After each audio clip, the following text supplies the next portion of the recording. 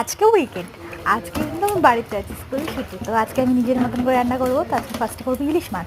ইলিশ মাছটাকে হলুদ, লবণ আর সর্ষের তেল দিয়ে ভালো করে মাখিয়ে নিচ্ছি। এবার কিন্তু এটা কিন্তু সর্ষে দিয়ে হবে, সর্ষে এবং পোস্ত। কড়াই দেখো কালো জিরা, শুকনো লঙ্কা দিয়ে দিয়েছি।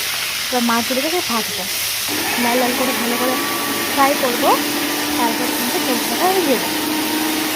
তো মাছগুলোকে ভালো করে ফ্রাই করতে দেখো দিয়ে দিলাম।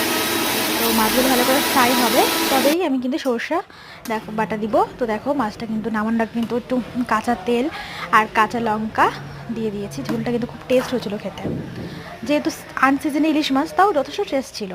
আর রান্না করব হচ্ছে কাঁঠালের সবজি। যেহেতু হচ্ছে কাঁঠাল আমি আর মা খাই, তো সেখানে দুজনেরই রান্না। তো কাঁঠালটা ভালো করে তেল দিয়ে আগে ফ্রাই করে নিব, তারপরে আদা রসুন কাঁচা লঙ্কা বাটা, শুকনো লঙ্কা বাটা। এই দেখো আমি স্নান করে চলে এসেছি। তো কাঁঠালটা দেখো ভালো করে মশলা টশলা দিয়ে ভাজছি। টমেটো দিয়েছি, একটু ড্রাই মশলা দিয়েছি। এবার হচ্ছে কাঁঠালটা ভালো করে কষানো হচ্ছে, তারপরে আমি একটু জল দিয়ে দেবো। এবার দেখো কাঁঠালটা ভালো করে লাল লাল করে ভাজা ভাজা হয়ে যাচ্ছে। এবার কিন্তু আমি জল দিয়ে দেবো। দেখো কাঁঠালটা কিন্তু হয়ে গেছে। একটু ভাজা মশলা দিয়ে দিই, সেই জন্য একটু কালো ব্ল্যাক কালার ফ্লেভার আসছে, কিন্তু খেতে কিন্তু খুব সুন্দর হয়েছিল। আর নামানোর আগে ঘি আর গরম মশলা কিন্তু মাস্ট। আর এখানে যে চিকেন, এই চিকেনটা হবে দুজনের জন্য, কারণ আমরা মাছ না খেলে চিকেন খাবো।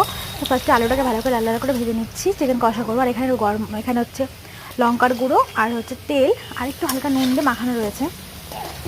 আলুটাকে ভাজা হওয়ার পর আমি এবার মাংসটাকে দিয়ে দিলাম। পেঁয়াজ ভাজার পরে, রসুনটাকে একটু ভাজার পরে, মশলা কষানোর পর আগে মাংস দিয়ে দিলাম।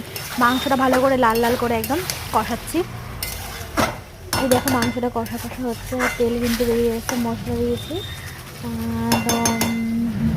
গোটা গোটা গোটা রসুন দিয়ে দিয়েছি আর ঢাকা করে। আর মাংসটা দেখো কষানো হচ্ছে, ঝোল কিন্তু করবো না, একদম কষাটা বেড়ে বেড়ে থাকবে। আর পুরো মাংসটা হচ্ছে দেখো আমার একটু ব্ল্যাক ব্ল্যাক হয়েছে, কারণ আমি হচ্ছে যে আমার স্পেশাল মশলা দিয়েছি। আর কতটা সুন্দর লাগছে দেখতে। আর রোববারটা পুরো এরকম কষা কষা মাংসের ভাত খেলে আর সারা ভাত উঠে যাবে। আর আর মাংসটা কষা কষা হয়ে গেলে আমি হালকা জল দিয়ে গ্যাসটা কমিয়ে দেবো, যাতে তেলটা উঠে যায় উপর থেকে, যাতে যাতে টেস্ট হয়। সেম হয়ে গেছে, এটা কষা কষা মাংস রেডি। এবার কিন্তু আমি খেতে বসে গেলাম। তো ভাত আর মাছের লেজা নিয়েছি,